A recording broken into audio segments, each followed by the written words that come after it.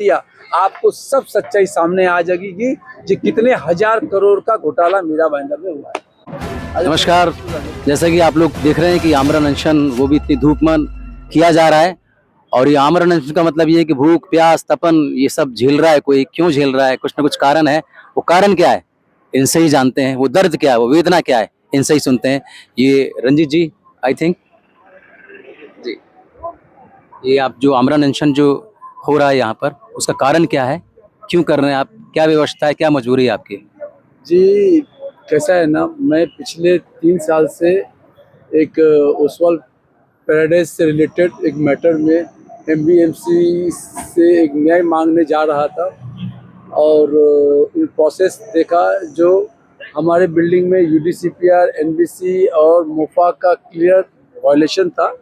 वो लड़ते लड़ते इन दौरान काफ़ी लोगों से मुलाकात हुई और देखा ये सिर्फ मैं नहीं, मीरा भाईंदर के बहुत सारे लोग इसमें पीड़ित हैं।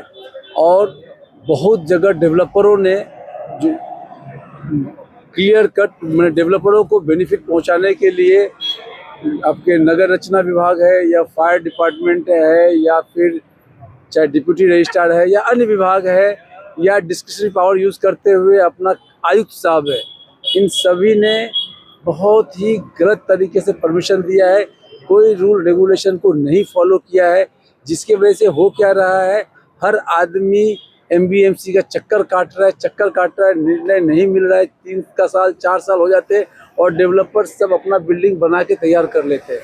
तो ये जब जाना मैं फिर आंदोलन का बगैर आंदोलन किए हुए इसका निष्कर्ष निकलेगा नहीं।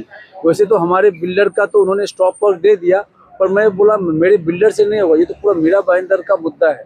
तो मीरा भाईंदर का मुद्दा के लिए ताकि इनका करप्शन बंद हो, ये लोग यहाँ पे आयुक्त या यहाँ के जो पॉलिटिशियन हैं वो सब एक निष्पक्ष जांच करवाए। ये जो कई सालों से डेवलपरों को अपना दामाद बना के उनको बेनिफिट पहुंचाने का काम कर रहे हैं, ये एमबीएमसी के डिफरेंट डिपार्टमेंट, उनके ऊपर इंक्वायरी बैठे और दूध का दूध पानी का पानी क्लियर हो जाए।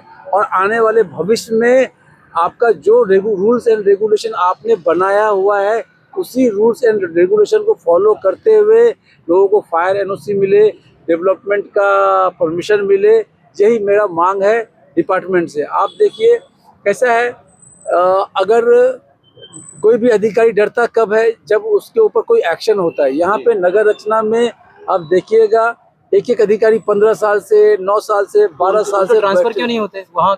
यही तो मुझे जानना है। जब महाराष्ट्र सरकार ने आपका एक नियम कानून 2005 में पारित कर दिया, जो भी अधिकारी है उसका 3 साल में ट्रांसफर होना चाहिए, तो फिर ये क्यों नहीं फॉलो कर रहे हैं?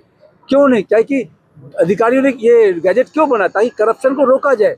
और यहाँ पे इसका मतलब करप्शन इस लेवल पे बढ़ गया है, जो अधिकारियों को फुल सपोर्ट यहाँ के आयुक्त या यहाँ के जो भी पद पे रहे हुए हैं जिस टाइम में, चाहे वो काउंसिलर हो, मेयर हो या जो भी हो, उनका सहयोग मिला हुआ है। नहीं तो ये जो नियम है बाकियों का ट्रांसफर होता है, पूरे राज्य में ट्रांसफर होता है, पर मीरा भाईंदर में इस नियम को पालन नहीं किया जा रहा, यही नियम नहीं। तो मतलब ये कह सकते हैं रंजीत जी की कहते हैं कि पानी भी अगर एक जगह ठहर जाए तो कीचड़ बन जाता है। बिल्कुल। तो शायद ये रुके हुए जो पानी है, ये ठहराव है जो रुके हुए हैं, यही लोग करप्शन करते हैं, यही इसकी बेस है। सर डर ही खत्म हो जाता है। आपको डर कब होगा? जब आपको पता है आप गलती करेंगे आपके ऊपर एक्शन होगा।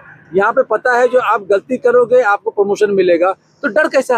आप 15 साल से मस्त बैठे हो, हस्बैंड वाइफ एक ही डिपार्टमेंट में बैठा हुआ है, उनको तो पता भी नहीं चलता होगा कि मैं कब घर जा रहा हूँ कब ऑफिस जा रहा हूँ।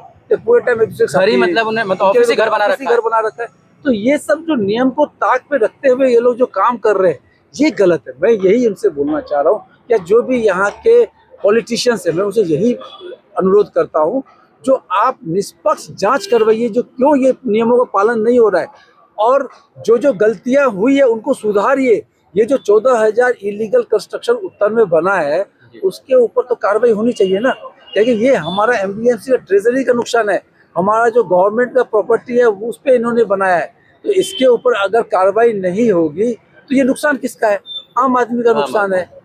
टैक्स बढ़ा देते हैं, टैक्स आम आदमी के लिए टैक्स बढ़ा दो, प्रॉपर्टी टैक्स के नाम पे टैक्स, सड़क पे चलो तो टैक्स, हर चीज में टैक्स। ये आम आदमी की जेब से जा रहा है ना। हम तो यही चीज मांग कर रहे हैं, जो आप यहाँ के कैबिनेट मंत्री हो, कितना सौभाग्य है मीरा भाईंदर का। मीरा भाईंदर का एक आमदार कैबिनेट मिनिस्टर है, एक आमदार देवेंद्र फडणवीस साहब काफी क्लोज हैं। तो सर आप इतने बड़े पद पे रहते हुए भी एक एसआईटी गठन नहीं करवा सकते? आप एक एसआईटी गठन करवा के जो एमबीएमसी के डिफरेंट डिपार्टमेंट है उसका एक निष्पक्ष जांच करवा लीजिए ना, पता चल जाएगा जो क्या सच है क्या झूठ।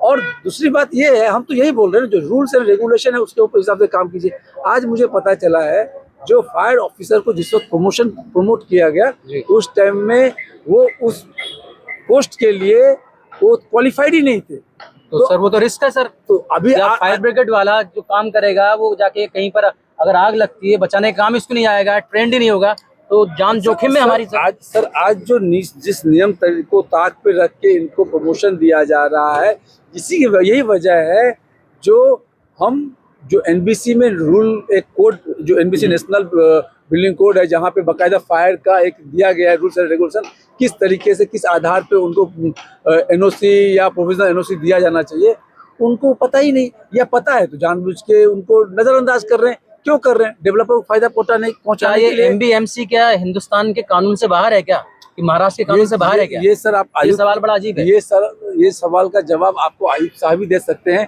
क्योंकि उनके ही डिपार्टमेंट के लोग अगर नियमों को तोड़ के परमिशन दे रहे हैं, नियमों को तोड़ के ट्रांसफर नहीं कर रहे हैं, तो क्यों नहीं कर रहे हैं? इसका जवाब आप उनसे पूछिए। जो विधि मंडल द्वारा पारित कानून बड़ा होता है या म्युनिसिपल कॉर्पोरेशन द्वारा पारित एक डिस्क्रिशनरी पावर जिसमें आयुक्त को बोला गया है जो वो टाइम पे किसी ऑफिसर का ट्रांसफर रोक सकते हैं। 3 साल में एक आपका आयुक्त का ट्रांसफर हो जाएगा, 3 साल में आपका देखिएगा पुलिस डिपार्टमेंट डिफरेंट डिपार्टमेंट हो जाएगा। पर मीरा भाईंदर महानगर पालिका में क्या ऐसा प्रॉब्लम है, क्या ऐसी गड़बड़ी है, क्या ऐसा करप्शन है जो ये चीजें नहीं हो रही है? मैं तो सिर्फ एक डिपार्टमेंट का बता रहा हूँ, बाकी और डिपार्टमेंट में अगर जांच करने जाए तो हो सकता है वहां पर भी यही है सिस्टम चल रहा हो। अभी जैसे स्टॉप इनलीगल कंस्ट्रक्शन का तो मीरा भाईंदर जो हाइप बना हुआ है, जो काम चल रहा है, हर जगह शक होता है। हमारे यहाँ जैसे रीडेवलपमेंट के लिए कहा जा रहा है, बिल्डिंग रीडेवलपमेंट हो जाएगी, क्या श्योरिटी है कि हमें फ्लैट मिलेगा? नहीं सर, कैसा है वो भी एक लगता है, उसका भी बहुत बड़ा यहाँ पे मैंने एक फिजिबिलिटी रिपोर्ट का मेरे हाथ लगा था, उसमें मैंने देखा जो इनके परमिशन के लिए 400 रुपये पर स्क्वायर फीट वो लोग लेते हैं, और आपका जो 79A के लिए पर फ्लैट 15,000 रुपये ले रहे हैं। कौन लेते हैं? वो डिप्यूटी ये भ्रष्टाचारी है ना। मैं ये देखिए, ये मैं नहीं बोल रहा हूँ, ये बोल रहा हूँ जो एक फिजिबिलिटी रिपोर्ट मेरे हाथ में लगा है यहाँ पे, उसमें दिख रहा है। मैं इसीलिए बोल रहा हूँ सर, क्या है, मैं बोलता हूँ वो सच है झूठा मैं ये नहीं बोल रहा हूँ। मैं बोल रहा हूँ अगर ये नियमों का पालन नहीं हो रहा है तो ये तो भ्रष्टाचारी है ना, भ्रष्टाचार के चलते ही नहीं हो रहा है, तो ये तो प्रमाण कर रहा है। अगर ये प्रमाण कर रहा है तो मैं आपसे यही अनुरोध कर रहा हूँ सर, आप एक बार, आप बहुत ऊंचे पद पे बैठे हुए, हम लोग बहुत ही एक आम कार्यकर्ता, आम जनता है, यहाँ के कार्यकर्ता भी नहीं, आम जनता है, आप इंक्वायरी बैठाइए, एक एसआईटी बैठाइए और निष्पक्ष जांच करवाइए। और जिस दिन आपने ये निष्पक्ष जांच करवा दिया, आपको सब सच्चाई सामने आ जाएगी कि कितने 1000 करोड़ का घोटाला मीरा भाईंदर में हुआ है।